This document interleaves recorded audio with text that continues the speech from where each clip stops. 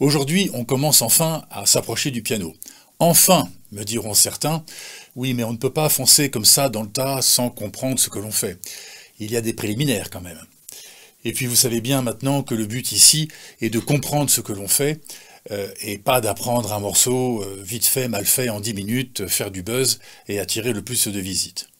Alors oui, parfois j'insiste et je m'attarde sur certains aspects, c'est fait exprès, au risque de provoquer parfois votre impatience. Lors de l'écriture des vidéos, sachez que je garde toujours à l'esprit qu'ici tout doit être utile pour mériter qu'on s'y attarde. Voilà un petit rappel qui me semblait nécessaire. Le sujet aujourd'hui, c'est la position des mains et du corps face au piano. C'est comme dans le sport ou dans bien d'autres disciplines, il faut savoir se positionner avant de pouvoir faire les choses correctement. Il faut apprendre la bonne posture avant que vous preniez de mauvaises habitudes qui seront difficiles à perdre plus tard. Je vous assure que c'est important, ça facilitera votre apprentissage et la qualité de votre jeu en dépendra.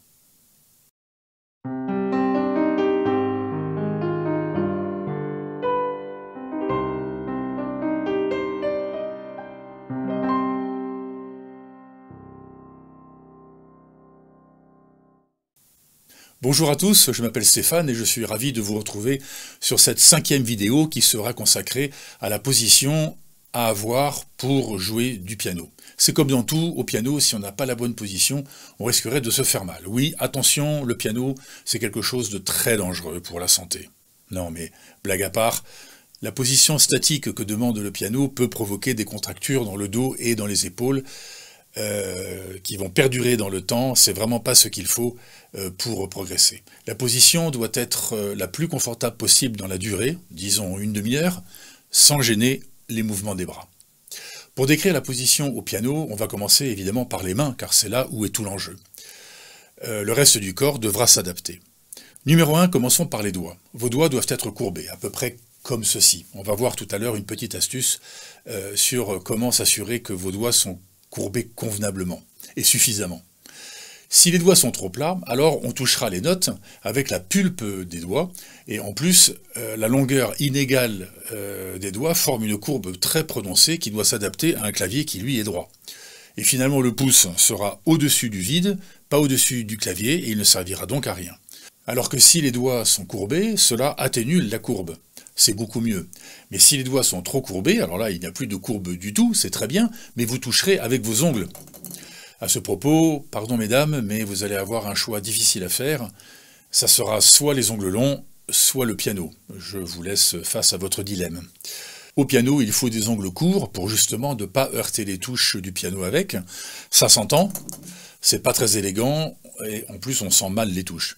Le contact entre le doigt et la touche doit se faire entre la pulpe et l'ongle, c'est-à-dire sur le bout du doigt. C'est comme sur un clavier d'ordinateur ou sur une calculatrice. Et c'est bien la courbure de vos doigts qui fera que vous toucherez les notes du piano avec le bout des doigts, pas avec la pulpe et pas avec les ongles. Alors évidemment, avec le pouce c'est un peu différent puisqu'il n'est pas articulé de la même façon que les autres doigts. Lui touchera les notes avec le côté du doigt. Et pour que le pouce puisse aussi jouer son rôle, il faut qu'il soit au-dessus du piano. Pour faire ça, on courbe les doigts et on avance la main jusqu'à effleurer les touches noires. Comme ceci, regardez. Là, j'ai bien mon pouce qui est au-dessus du clavier. Et puisque j'ai des grandes mains, j'ai mon majeur, qui est le doigt le plus long, qui vient frôler la touche noire ici. Et de cette façon, je crée un arc de cercle qui peut s'inscrire complètement sur les touches blanches. Une fois positionné comme ça, je peux jouer. Voici donc une petite astuce bien connue pour courber vos doigts juste comme il faut. Prenez une balle de tennis. Moi j'ai des grandes mains, alors je prends une balle un petit peu plus grande. C'est la balle de mon chien, merci à Ginny de me la prêter. Oui, je vais te la rendre, t'inquiète pas. Démonstration. Je la mets dans la paume de ma main, je ferme les doigts, j'enlève la balle, et voilà. Quand je prends ma main et que je la pose sur le clavier, je retrouve bien le pouce en bord de clavier, et mon doigt le plus long, le majeur, qui vient frôler avec l'ongle la touche noire. Comme j'ai dit tout à l'heure, c'est la même courbure quand on tape sur un clavier d'ordinateur ou sur une calculatrice. Si vous ne jouez pas au tennis, ou si vous n'avez pas la chance d'avoir un chien généreux comme moi, une autre bonne façon de déterminer la courbure de vos doigts, c'est d'utiliser votre genou. Vous mettez la paume sur la partie plate de votre genou, au-dessus, et vous fermez. Et on retrouve cette courbure idéale. Vous remarquerez que c'est la position des doigts qui est la plus confortable et naturelle, car elle ne demande aucun effort musculaire. Les dimensions des touches d'un clavier ont été déterminées par la taille moyenne des doigts. Il n'y a pas de différentes tailles de clavier selon la taille de vos mains. Les dimensions des touches d'un clavier sont standardisées depuis 150 ans au moins. Il y a bien eu des fabricants de pianos qui ont conçu des claviers pour enfants. Il y a aussi les claviers des très grandes orgues qui ont 4 à 5 étages de claviers superposés. Pour certains modèles anciens, encore en activité aujourd'hui, leurs touches sont un peu plus courtes, sinon l'organiste ne pourrait pas atteindre le clavier du haut. Mais à part ces quelques exceptions, tous les claviers ont les mêmes dimensions. Deuxièmement, la main, les mains. Elles doivent être dans le prolongement de l'avant-bras, qui est d'ailleurs la position la plus naturelle pour le poignet. Là aussi, il n'y a pas d'effort physique à faire. Les poignets jamais vers le haut, jamais vers le bas, toujours dans l'axe des bras. Troisièmement, les avant-bras, du coude au poignet, doivent toujours être au-dessus du niveau du clavier et parallèles au sol. Si les coudes sont trop hauts ou trop bas, on sera obligé de lever ou de baisser les poignets, ce qu'il ne faut évidemment pas faire. Une seule solution pour que nos avant-bras soient à la bonne hauteur, c'est que nos épaules soient à la bonne hauteur et donc que finalement tout notre corps soit à la bonne hauteur. D'où l'intérêt d'un siège réglable en hauteur, on va y revenir dans un instant. Quatrièmement, les bras. On a parlé des doigts, du poignet, de l'avant-bras, maintenant des bras, c'est-à-dire entre l'épaule et le coude. Si vos bras sont trop en avant, vous allez très rapidement fatiguer votre dos, qui devra forcer plus que si vos bras étaient proches du corps. Quand on porte quelque chose de lourd, on ne le porte pas à bout de bras, mais plutôt le plus près du corps possible. C'est pareil ici. Si au contraire vos bras sont trop en arrière, alors votre corps va vous gêner pour atteindre facilement les notes qui sont devant vous. Il y a donc un juste milieu. En gros, les bras doivent être collés au corps et légèrement en avant, et c'est à vous de trouver le bon angle pour votre confort. Pour déterminer la position des bras, commencez par mettre les doigts sur le clavier, comme on a dit plus tôt. Approchez ou éloignez votre siège afin que vos bras soient bien à la verticale, collés au corps. Puis éventuellement, si vous le sentez, reculez un petit peu votre siège afin d'avoir vos bras légèrement en avant et cherchez votre meilleur confort. Cinquièmement, les épaules. Les épaules ne servent pas à grand chose dans le piano et elles sont même un peu contre-productives car elles se crispent pour un rien. Et il faut qu'elles soient pourtant à la bonne hauteur, sinon les avant-bras ne seront pas au-dessus du clavier et parallèles au sol. Il n'est pas question de lever les épaules ou d'abaisser les épaules pour donner la hauteur qu'il faut aux avant-bras. C'est physiquement impossible de rester comme ça pendant une demi-heure, on va se faire des contractures terribles aux épaules et on va avoir du mal à s'en débarrasser après. Les épaules doivent être détendues, comme quand on marche ou comme quand on est à table. Calme et légèreté pour les épaules surtout. N'hésitez pas à faire 30 secondes d'exercice de relaxation pour détendre le dos et les épaules avant de vous installer. Moi, je fais comme ça. Je me mets dans cette position et je donne des coups en arrière pour bien tirer sur les deux muscles qui sont ici, qui, chez moi, ont tendance un peu à me ramener en avant. Voilà, je fais ça pendant, allez, on va dire une vingtaine de fois. Je lève les bras au plafond et je tire, et je tire, et je tire, et je tire, et je tire. Voilà. Et ensuite, je fais des rotations avec les poules, avec l'épaule, je fais la poule, voilà, je fais des rotations avec les poules, voilà. Ensuite, je pose mes doigts sur le piano, je m'ajuste, une bonne respiration, et je suis prêt. Alors au-delà du coup de la poule, ça peut faire sourire certains car je donne l'impression de m'échauffer pour un match de boxe alors qu'en fait je m'apprête à jouer du piano. Mais je vous assure que c'est utile pour bien se mettre en place. Sixièmement, on continue avec le dos. Le dos doit être droit, sans forcer, là aussi, comme quand on marche ou quand on est à table. C'est un effort physique que de se maintenir le dos droit, mais c'est encore la meilleure façon de ne pas se faire mal. Dans le pire des cas, on se fatiguera le dos dans cette position, mais sans jamais causer de blessure. Le dos courbé, avachi, est en apparence plus reposante, mais ce n'est pas une bonne solution. Au fil du temps, ça va arrondir pour de vrai votre dos, et vous allez finir avec une kyphose, c'est-à-dire le haut du dos rond, et même une scoliose, c'est-à-dire le dos en S, car en général, quand on se tient courbé, on se tient aussi en travers.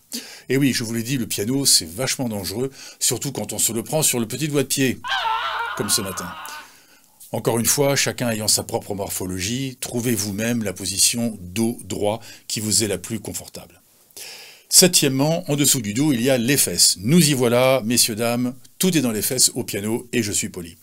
Elles servent à s'asseoir, d'accord, mais surtout, c'est le roteur qui va déterminer la hauteur de vos épaules, de vos bras, de vos avant-bras, du poignet et donc de la main. Donc, un siège de piano doit impérativement être réglable en hauteur. Pour résumer, il existe plusieurs modèles.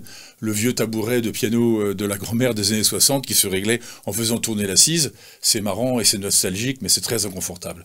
On fait bien mieux depuis.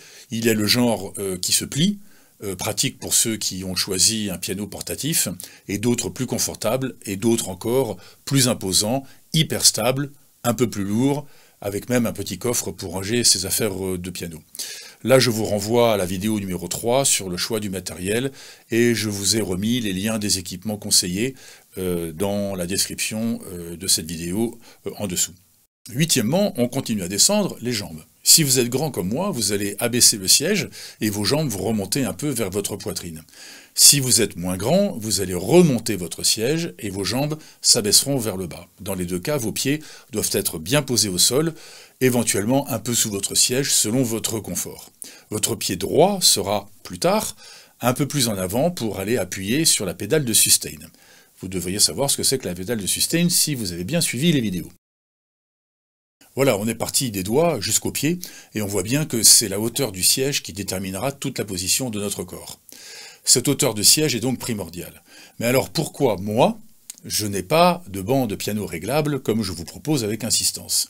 Eh bien c'est parce que ici, dans ce studio, j'ai besoin de me tourner et de pouvoir rouler au sol pour me mettre soit face au piano et y être correctement installé pour jouer, soit face à la console derrière moi, dont la hauteur a été étudiée pour ne pas que je sois obligé de dérégler mon siège à chaque fois que je me tourne.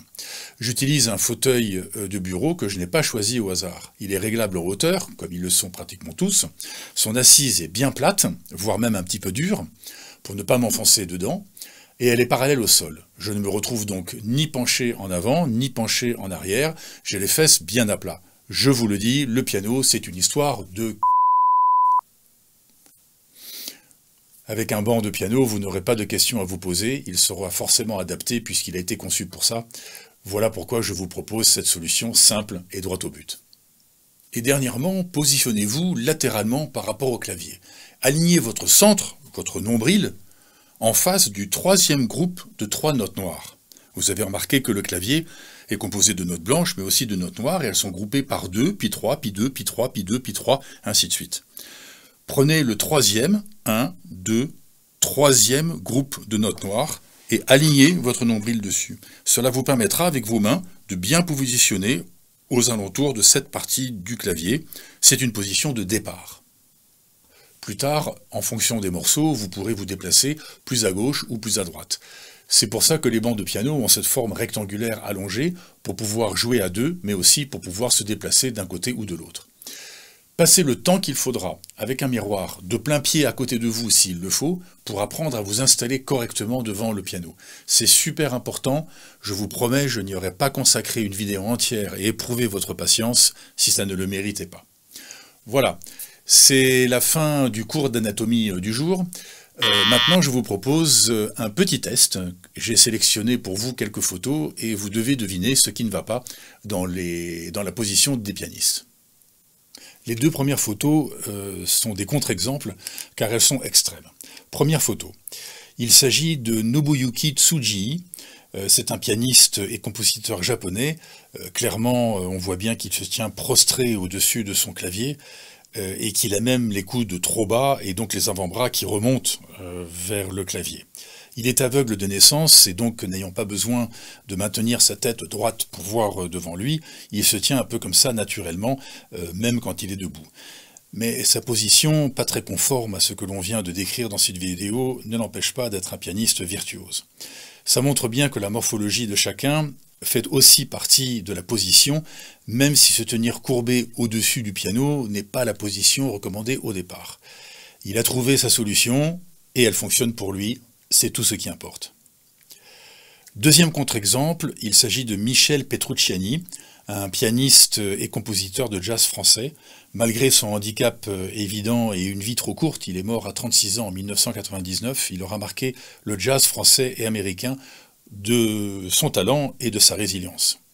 Hommage et respect à ce très grand monsieur, sans aucune ironie de ma part.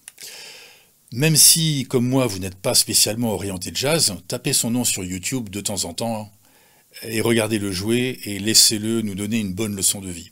Ça remet les pendules à l'heure, comme on dit, et ça vous montre que rien n'est impossible, comme apprendre la musique et le piano, même quand on vient de très loin comme lui. Mais revenons à la photo. Quel commentaire peut-on oser faire sur sa position qui lui est imposée par son physique? Il a dû faire des concessions, il a dû faire avec, en trouvant des solutions qui lui sont propres. Rien dans ma vidéo que vous êtes en train de regarder en ce moment ne lui est applicable. Je suis sûr qu'il y a des cons... Tiens, ça n'a pas fait bip là, vous avez remarqué? C'est sans doute parce que le terme doit être le bon. Je suis sûr qu'il y a des cons qui ont dû lui dire un jour « Laisse tomber Michel, avec ton physique, tu n'y arriveras jamais ». C'est ce que certains producteurs ont dit aussi à Charles Aznavour lorsqu'il était jeune, vous vous rendez compte. Tant d'artistes pourtant mal partis dans la vie se sont révélés être des génies, mais sans doute aussi tant d'autres génies ont tout arrêté parce qu'on les a découragés. Michel Petrucciani, est un cas extrême et c'est tout à son honneur. La position idéale pour jouer du piano dépend donc d'un mélange personnel entre les conseils que l'on reçoit et sa morphologie personnelle. Le tout, c'est d'y trouver son équilibre entre confort et efficacité, tant que les doigts ont une position adaptée au jeu du piano. Avec un peu plus de légèreté, voici la photo numéro 3. Trop chou cette petite. Alors, que pensez-vous de sa position? La petite chérie, elle n'a pas les pieds qui touchent le sol. Ça doit lui couper la circulation sous les cuisses, ça doit être terrible. Elle a par contre le dos bien droit, la tête légèrement en avant pour regarder ses doigts ou regarder sa partition. Ses épaules n'ont pas l'air crispées, ses bras sont très en avant, mais encore une fois, certaines personnes prennent cette position qui leur est confortable et ça ne les fatigue pas. Alors il n'y a rien à dire. Il vaut mieux avoir les bras trop en avant que les avoir trop en arrière. Que pensez-vous de ses coudes et de ses avant-bras? Oui, ils sont trop bas. Regardez, même ses poignets sont en dessous du clavier. Cette position de main limite la dextérité des doigts. Que faudrait-il faire pour que ses coudes et ses avant-bras soient au-dessus du clavier? Ben oui, tout à fait. Il faudrait remonter son siège, mais dans le cas de cette petite, peut-être que le siège est déjà remonté au maximum. Quelques coussins lui auraient réglé le problème, mais je ne m'inquiète pas pour elle, sa croissance va rattraper tout ça progressivement et la bonne position viendra toute seule. Quatrième photo. Alors lui, il a réglé le problème de sa taille en mettant un petit escabeau sous ses pieds. Excellente idée pour ne pas couper la circulation. Il est assis au bord du siège, ça c'est très bien. Il ne faut pas s'asseoir comme dans un fauteuil. Son dos est bien droit, ses épaules ne sont pas relevées, montrant qu'elles ne sont pas crispées. On pourrait penser ici, lui aussi, qu'il a les bras trop en avant, mais comme tout à l'heure, cette position est naturelle chez certaines personnes. Que pensez-vous de ses coudes et de ses avant-bras? Oui, ils sont parfaits. Parfaitement parallèles au sol et au-dessus du clavier. Ça ne se voit pas bien sur la photo, mais je pense que ses doigts sont bien courbés aussi. Il est visiblement en train de jouer un morceau, alors on ne peut pas juger de la position de ses mains par les deux doigts que l'on voit au premier plan. Ils sont sans doute brièvement en extension pour aller chercher une touche noire. Cinquième illustration. Voici un petit schéma que j'ai trouvé sur un site qui explique la position au piano. J'ai beaucoup apprécié leur façon de décrire la position, mais il y a quelque chose qui cloche dans le dessin, non? Pourquoi avoir dessiné les coudes et les avant-bras si bas et qui remontent vers le clavier? Vous savez maintenant que c'est vraiment la position qu'il ne faut pas avoir. Le dessinateur ne doit pas être pianiste et le narrateur doit, lui ou elle, être effectivement pianiste et n'a pas dû voir le défaut dans le dessin. Les coudes doivent être au-dessus du niveau du clavier et les avant-bras horizontaux, on ne le dira pas suffisamment. Sixième photo. Alors, voyez-vous les défauts de position? Non? Eh bien, vous avez raison parce qu'il n'y en a pas. Voici une position parfaite. J'ai beau regarder. Elle a un pied légèrement sous le siège, c'est un choix de confort, et l'autre est en avant pour agir sur une pédale. Remarquez la hauteur impeccable de ses coudes et l'horizontalité de ses avant-bras. Ses poignets et ses mains sont bien dans l'axe, ne demandant aucun effort physique et donc aucune tension ni fatigue. 7e photo, alors là je ne le vous conseille pas, les conséquences physiques doivent être désastreuses, j'en suis sûr. 8e et dernière illustration, voici un petit schéma qui résume parfaitement la position du corps. Alors, résumons tout ça en énumérant les 5 erreurs de positionnement fréquentes que l'on peut facilement éviter quand on les garde à l'esprit. La première, c'est les épaules crispées. Pensez à détendre vos épaules. La force que vous devez mettre dans vos épaules est la même que quand vous marchez ou quand vous êtes à table. Aucun effort particulier ne doit avoir lieu au niveau des épaules. Faites les petits exercices et les rotations des épaules, comme je disais, pour assouplir et relaxer tout ça avant de vous installer au piano. Numéro 2. Jouez avec les doigts trop plats. Dans le doute, refaites le coup de la balle de tennis ou du genou pour rappeler à votre cerveau la bonne courbure des doigts. Numéro 3. Jouez trop près du clavier. Pour pouvoir jouer, il faut de l'espace devant soi pour que les bras puissent se déplacer de droite à gauche. Repositionnez votre siège pour avoir les bras entre la verticale et légèrement en avant. Erreur fréquente numéro 4, jouez au bord des touches du clavier. Pour que les pouces soient bien positionnés au-dessus du clavier, il faut avancer les mains jusqu'à effleurer les touches noires avec le bout des doigts les plus longs. Je vous avoue que c'est un défaut que j'ai depuis toujours. Dans la vidéo numéro 3, je joue un petit bout de morceau. Si vous avez la patience d'y retourner, c'est à 6 minutes et 35 secondes. Regardez mon pouce gauche, il est en dehors du clavier les 3/4 du temps, et mes doigts sont même trop plats. Quand je m'en suis aperçu, j'ai failli refaire la vidéo, la honte me dévorant. Et puis je me suis dit qu'on a tous nos travers. Je ne savais pas à ce moment-là que j'allais me prendre moi-même comme contre-exemple à la vidéo d'après. Je m'en rends même pas compte que je fais ça. Mais heureusement, quand j'ai besoin de mon pouce, eh bien mes doigts se courbent et ma main avance automatiquement. Ça n'a jamais gêné mon jeu, même si c'est une très mauvaise habitude. Bref, faites ce que je vous dis, mais ne faites pas ce que je fais. 5e, le défaut que l'on voit aussi très souvent, ce sont les ongles très longs, ou trop longs. Ça fait du bruit, on ne ressent pas la pression que l'on applique sur les touches, et ça gêne la position des doigts. Étudiez cette vidéo plusieurs fois avant d'avancer à la prochaine. Prenez des notes sur votre cahier et faites-vous éventuellement un petit schéma ou une checklist de la position recommandée. Faites plusieurs séances de quelques minutes chaque jour. Vous vous installez comme il faut au piano, et quand vous êtes satisfait, vous vous levez, et puis vous vous réasseyez, et vous vous remettez en place. C'est comme dans la danse où le cerveau doit mémoriser la position exacte du corps. À force de prendre la pause, elle deviendra automatique. L'inconvénient d'une vidéo sur ce sujet, c'est qu'il n'y aura jamais personne à vos côtés, comme un prof de piano que vous allez voir une fois par semaine, pour vous regarder et régulièrement vous dire « tiens ton dos plus droit, ne lève pas les coudes, baisse tes épaules ou remonte ton siège ». Je vous conseille donc de faire régulièrement un petit point sur votre position en passant en revue et en validant chaque partie du corps, de haut en bas, comme on l'a fait ici. Même dans quelques années, refaites-le de temps à autre, ça prend 30 secondes quand on a l'habitude, et parfois on se trouve des petites choses à revoir, vous avez vu comme moi avec mon pouce qui se balade là où il ne devrait pas.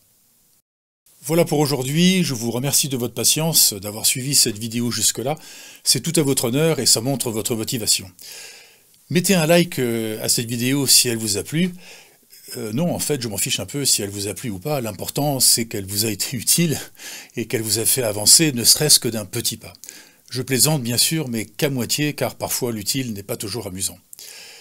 Et abonnez-vous si vous faites partie de ceux qui souhaitent continuer dans cette grande entreprise d'apprendre la musique et le piano avec l'autre méthode. Bien à vous tous, à bientôt, et musicalement vôtre. Bye bye. Ah! Merci.